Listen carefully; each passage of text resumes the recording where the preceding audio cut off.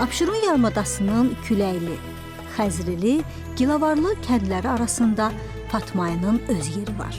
Tarixi az öyrənilsə də, hər məhəlləsində hələ də keçmişdən bir nişanə qoruyub saxlayan bu kənd Göradil, Mehdiabad, Pirşağı, Novxanı ilə qonşudur.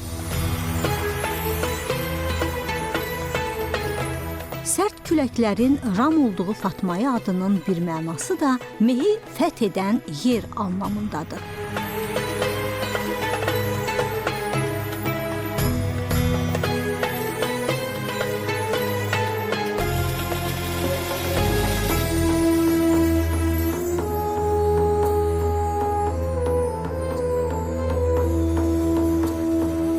Zəif mehlərin əsdiyi, yayın ən isti havalarında belə sərin olan bir yerdəyik.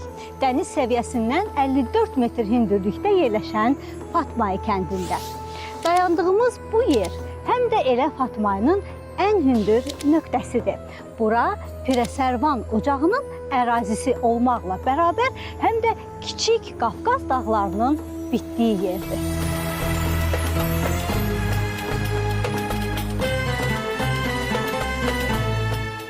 Abşeron yarımadasında olan İpək yolunun biri də buradan keçirdi. Buna həm də karvan yolu deyirlər. Pirəsərvan dağının adlandırılmasının özünə məxsus tarixçəsi var. Ərəb tayfalarının karvanları buradan keçərmişlər. Onlar burada ocaqlar və çadırlar qurarmışlar. Karvan başçısı bir gün bu ərazidə vəfat edir və həmən karvan başçısını bu dağın ətəyində dəfn eləyirlər. Onun adını Fatmayı ağsaqqalları dəqiqliklə bilmədiklərinə görə, karvan başçısı, yəni Sərvan deyildiyinə görə, həm də həmin karvan başçısı Peyğəmbər nəslindən olduğundan, ağır seyid olduğundan həmən bu dağa Pirəsərvan, yəni karvan başçısı adı verilmişdir və o vaxtdan bura Pirəsərvan adı ilə adlandırılmışdır. Zaman keçdikcə kənd cəmaatının bura inanc yerinə çevrilmişdir. Kimin niyyəti, arzusu var idisə, gəlib burada niyyətlərini edərmişlər.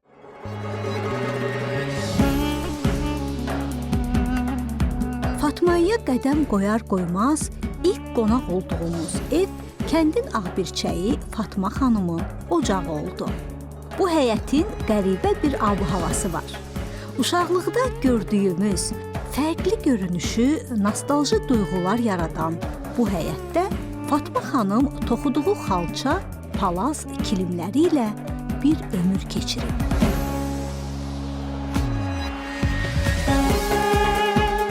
Mənim indi düzdür, yaşım 79-a çatıb. Amma mən göz açmışam, bu kənddə böyümüşəm, bu kəndin sakiniyəm. Atam da fermə müdürü olub, anam zəhmətkeş qadın olub.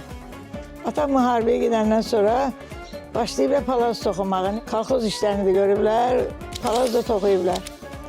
Amma iplərini də özləri əyirib, özləri istehsal edirdilər. Əyirirdilər, cəhlələr vardı onlardan. Bucunu, boyaqları da özləri eləyirdilər. Mən də bu yaşa çatandan sonra hər bazardığımdan, bunlar öz zəhmətimdir. Özüm toxumuşam. Bu, elə biləm ki, qubaq çeşincisidir. Kimsə görmüşdüm qonaq gedəndə. Çəkdim, şəkilini getirdim, gəldim. 6 aya toxumuşam bu palazı. Hamı deyib ki, sən həm uşaq saxlayırdım, körpə uşaqlar, həm də bunu toxuyurdum. 14 dənə palaz toxumuşam, öz əl işlərimdir hamısı. Bax, köhnə ipdən, taze ipdən toxumuşuq. Özüm toxumuşam hamısını. Boyağını da özüm gedib almışam, rənglərini, xoşum gələnlərini getirmişəm. Boyamışam özüm. Elə boyamışam ki, neçə illərdir işlənir, birdən rənglər qarışmaz, gözü qabağındadır rənglər də.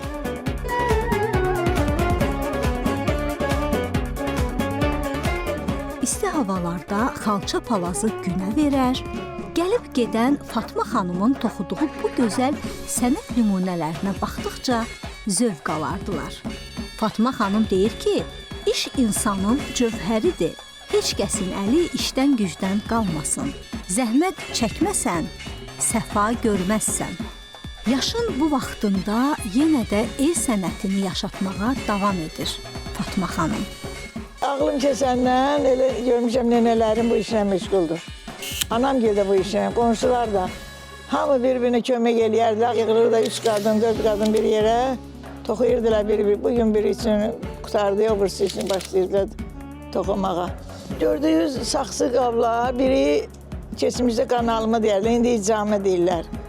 Hə, o balaca bardaq var, onu ilə qanalarda ildə may-aprel aylarında bir dəfə xəstələnməzdi sonra cəmaat.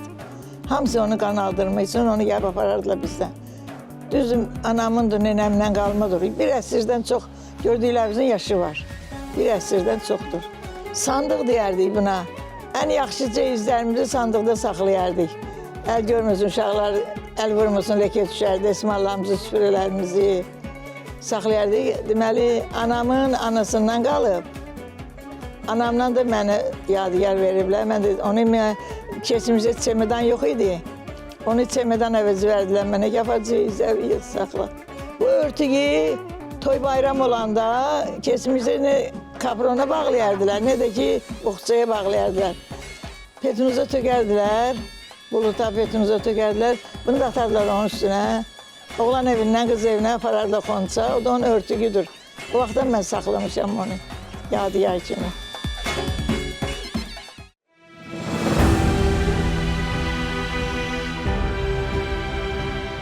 Zəhmət və hünərin bəhrəsi olan, göz oxşayan əl işlərindən ayrılıb Fatma kəndini gəzməyə davam edirik.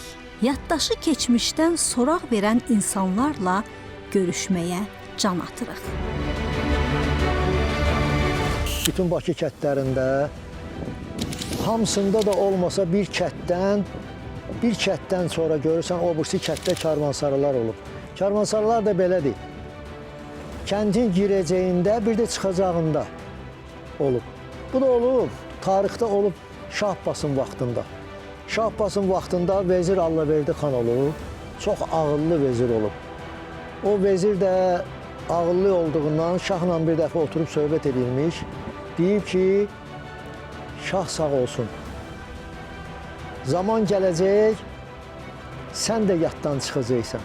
Mən necə eləyim ki, mən tarixdə qalım, yaddan çıxmayayım. Deyir ki, nənələr deyərdilər ki, adı daşlara yazdır.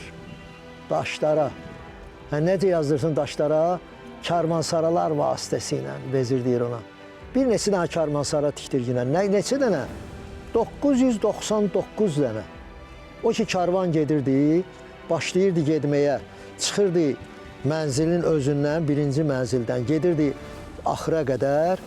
Sonra oradan qayıdırdı, bir dəstə karvan gedir o tərəfə, bir dəstə karvan qayıdır geri. İndi bunlar yolda dincəlməlidirlər, heyvanlarını saxlamalıdırlar, yedirməlidirlər, içirməlidirlər. Buna görə də karvansaralar lazım idi. İnsanlar orada dincəlsin, sonra heyvanlara su versinlər, yem versinlər. Ona görə bu karvansaralar tikilib. Kəndin girəcəyində, bir də çıxacağında. Şah Abbas dövründə inşa edilən Kərvansaray bir zamanlar minlərlə insanın gecələyib istirahət etdiyi bir məkan olub. Abşeron kəndləri İpək yolu üzərində yerləşdiyindən burada kərvansaraylar çox olub. Bu kərvansaraylar özü də bir memarlıq nümunəsi, tarixi dəyəri olan abidələrdir. Bu kərvansaralar xalqa, cəmaata xidmət eləyib. Bu xidmət elədiyindən də insanlar bundan bəhrələniblər. Yəni, burada dincəliblər, eləyiblər, sonra axşam qalıblar, səhər davam eləyiblər yollarına. Heç kəsə də bu kənd cəmaatına, heç kəsə də maneçilikləri olmayıb. Yəni, bir adamın həyətində qalsaydılar, ona əziyyət vermiş olurlar. Keçmişdə belə şeylər çox qanuni olub. Heç kimə əziyyət vermə, çıxıb gedənlər gəlir deyəsən ki, haqqımı mənə halal eləyin.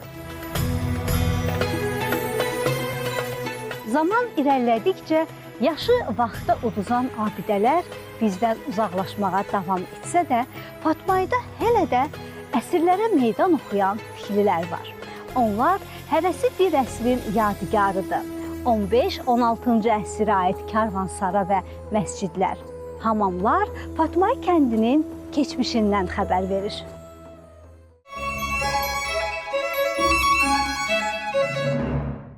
Fatmay kəndi Abşeronun ən uca nöqtəsində yerləşən bir kənddir. Ən uca nöqtəsi, buradan ucası yoxdur. Kəndimiz əvvəllər də maldarlıqla məşğul olub, sonra əkinçiliklə, cəmaatın sənəti ancaq bu olub. Əkinçilik, maldarlıq, belə. Kəndimiz başqa kəndlərdən heç nə ilə fərqlənmir. Fatmai kəndinin bir, deyərəm, adəti başqa kəndlərdə yoxdur. O da hansı adətdir? Bizdə qabaqlar bir ağa kişi olub.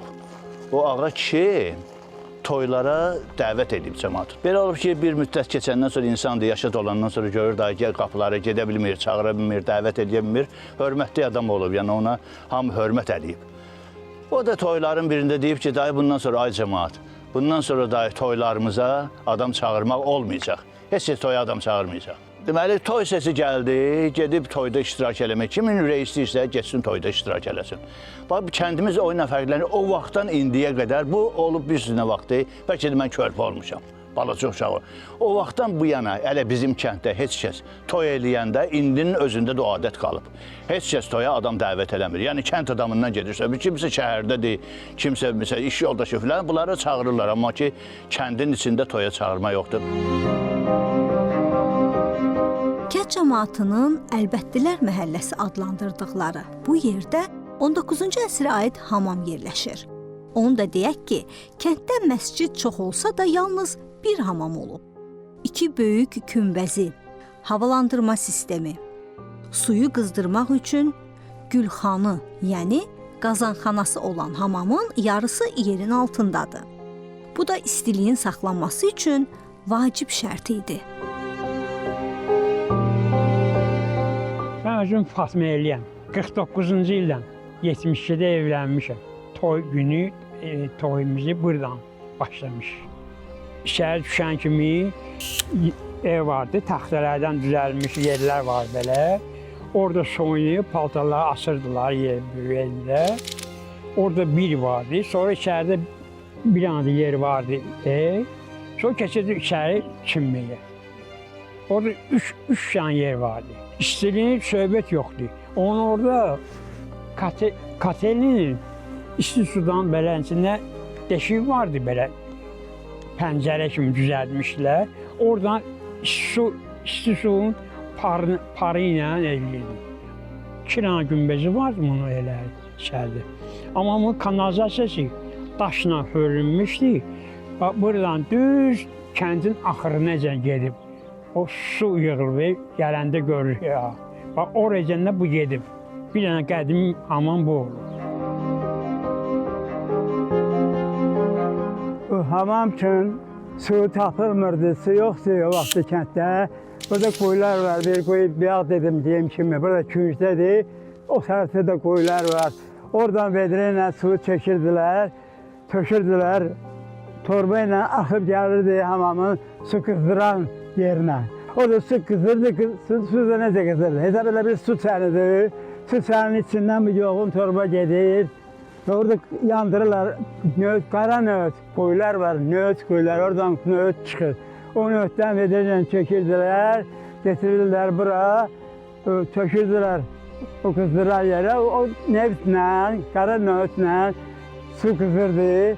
Cəmaat da, kəndi cəmaatı da gəlirdi burada, çimirdik. Çox gözəl abidədir, çox gözəl əsərdir ki, Allah Teala bunu bizə bəxş eləyib. Keçmiş babalarımızı da Allah rəhmət eləsin ki, qoyub bizə çatdırıblar. Fatmai kəndi 6 böyük məhəllədən formalaşıb. Burada Şah Hüseynlilər, Poladlılar, Kolanlılar, Güdeylər, Rəhmanlılar, Əlibeytlilər adlı məhəllələrin hər birinin öz hekayəsi var. Şah Hüseynlilər cənubdan, Poladlılar şimaldan, Güdeylilər qərbdən, Rəhmanlı və Əlibeytlilər içəri şəhərdən, Kolanlılar isə Şamaxıdan köçüb gələn nəsillər olur. Hər məhəllənin özünə məxsus xasiyyəti, xarakteri olsa da aralarında həmişə mehriban münasibət və ünsiyyət olur.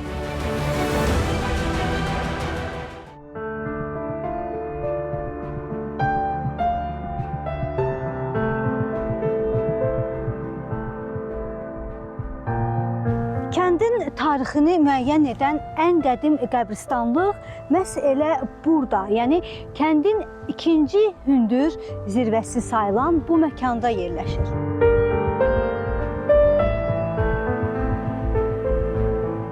Sənin bəhrin yeyən kimdir? Kiminkisən, yeyən kimdir?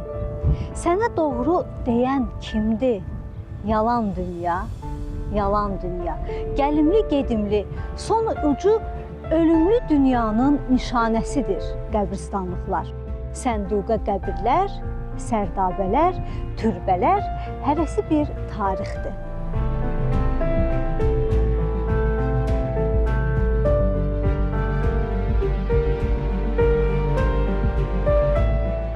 Bu dayandığımız yer kəndin ən qədim qəbristanlığı sayılır. Kəndin ki, öz qədim tarixi olduğundan, 600 ildən artıq tarixi olduğundan, bu qəbristanlığın ona bərabər tarixi var. Çünki bu qəbristanlığın yuxarı hissəsində indi yeni rəhmətə edənlər var ki, onlar orada dəfn olunub, yəni abad yeri var qəbristanlığın. Ancaq bu qədim olduğundan belə bir vəziyyətdədir. Amma burada sandıq daşlar var, sinə daşları. Onlar qəbristanlığın qədim tarixini bizə nəql eləyir ki, üstündə yazılar var. Ərəbin əski əlifbası ilə. Yəni, hansı ki, sadə ərəb dilini bilənlər onu hələm-hələm çətinlik çəkir oxumağa. Onu ya tarix muzeyindən gəlib oxusunlar. Sinə daşından burada çox idi. Bir neçə dənə idi, 6-7 dənə idi. Bir neçəsini apardılar tarix muzeyindən. Çünki o qədim yazılar var orada. Burada məqbərə də var. Yəni, imkanlı adamın məqbərəsi olub o vaxtı. Hər dövrün öz imkanlıları olub. O imkanlı adam belə məqbərədən, hər adamı qoymazdılar ki, qəbrin üstündə məqbərə eləsin. Amma o vaxtı o məqbərə düzəldi öz qəbrinin üstündə. Yəni, kimlər, qohumları, uşaqları. O məqbərə də tarixi qədim olduğundan gəlib bizim dövrə gəlib çatıb. Qəbristanlıq ən qədim qəbristanlıq olub. İki qəbristanlıq vardı. Biri gün batan tərəfdədir, biri də gün çıxan tərəfdədir, biri isə gün batandadır, buradadır. Bunun tarixi olmağı ilə tarixi abidələr, misal üçün bu türbədir. Burada dəfn olunan İslam alimlərindən belə söylənilir ki, burada getirib dəfn ediblər. Sərdabələr də vardı ki, qədimdir bunların.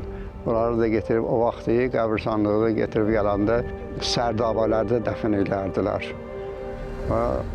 Bu sərdabələrin də ki, qabaqdadır ki, bir neçə də sərdabə qabaq tərəfdədir.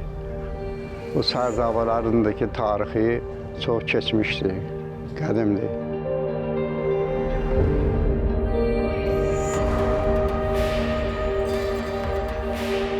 Üstü yazılı qədim daşların əksəriyyəti Fatmaya qəbristanlığından İçəri şəhər Dövlət Tarix Memarlıq Qoruğuna aparılıb.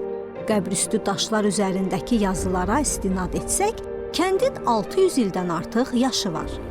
Lakin yaşlı kənd sakinlərinin dediyinə görə, bura gələn tarixçi alimlər kəndin ən az 1000 il yaşı olduğunu söyləyiblər. Keçmiş zamanlarda qədimliyi saxlamaq üçün bir neçə şeylər o tarixi abidələri, məscidləri, qəbristanlıqları, o keçmişdən bizdən əvvəlki nəsillərə ki, haqq olub boynunda, onlar onu qoruyublar, saxlayıblar, bizə ötürüblər. Bizim də boynumuzda haqqdır ki, biz də bunları qoruyaq, sonraki nəsillərə çatsın. Gözəl bir söz var. Bunlar mirasdır. Çox az işlədirik bu sözü. Miras nədir? Miras qəbristanlıqlarımız, miras kərvansaralarımız, miras məscidlərimiz. Yəni ki, ay bunu mən söküm, qoy sökülsün, dağılsın, heç kəsə görməsinlər bunu. Onda sonraki nəsillər kör olacaq. Bu, keçmişi bizə getirir.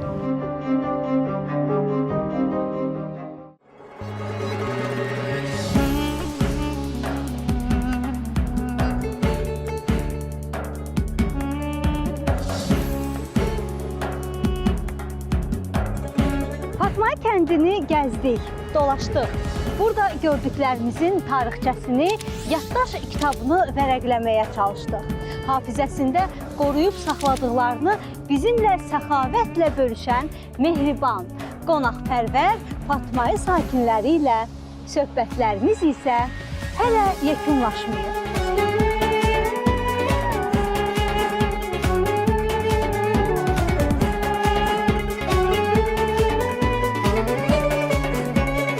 Gələn görüşümüzdə maraqlı məqamları 32-dən birində izləyəcəksiniz. Hələlik isə vaxta tabe olub sizinlə vidalaşırıq.